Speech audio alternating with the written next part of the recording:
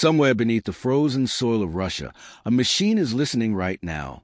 It is not waiting for a human order, a commander's voice, or a president's approval. It is simply waiting for the right signals, seismic tremors, radiation spikes, and the sudden silence of a nation under attack.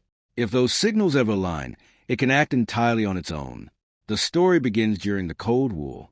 Soviet leaders feared a nightmare scenario known as a decapitation strike, a surprise nuclear attack so fast and precise that the entire Soviet chain of command could be destroyed before any retaliation order could be given. To solve this problem, Soviet engineers were given an extraordinary task: create a system that could guarantee retaliation even if every authorized decision-maker was already dead. The result was a classified project known as Perimeter. Development began in 1974 and continued through years of testing, underground bunker construction, and command rocket trials. By 1985, the system was operational deep beneath the Ural Mountains. Perimeter was not a single button. It was an entire network of sensors spread across the Soviet Union.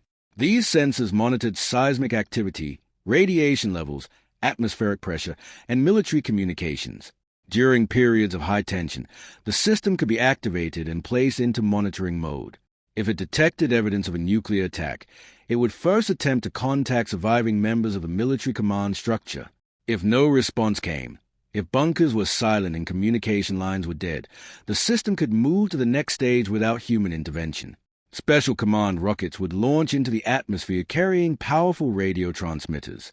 From above, they would broadcast launch authorization codes across the country, reaching missile silos, submarines, and mobile launch platforms. The result would be a full retaliatory strike, even if no human remained to issue the order. For years, the West knew little about the system. When details emerged in the early 1990s, many analysts were stunned. The assumption had always been that a human being would make the final decision before nuclear weapons were launched. Perimeter challenged that assumption completely. Yet the system was never designed to start a war. Its purpose was to make war impossible to win. If any enemy knew that retaliation was guaranteed even after destroying the leadership, then launching a first strike would make no strategic sense. Perimeter represented deterrence taken to its absolute limit. Decades later, after the collapse of the Soviet Union, the world learned something even more unsettling. Russian officials confirmed that Perimeter was real and that it remained operational. Analysts believe its sensors, communications, and computing systems have been upgraded far beyond their original Cold War capabilities. The Cold War ended. Governments changed. Borders shifted. Entire political systems rose and fell. But somewhere beneath the frozen ground, the machine remained, listening, waiting, silent, ready to perform the one task it was built to do: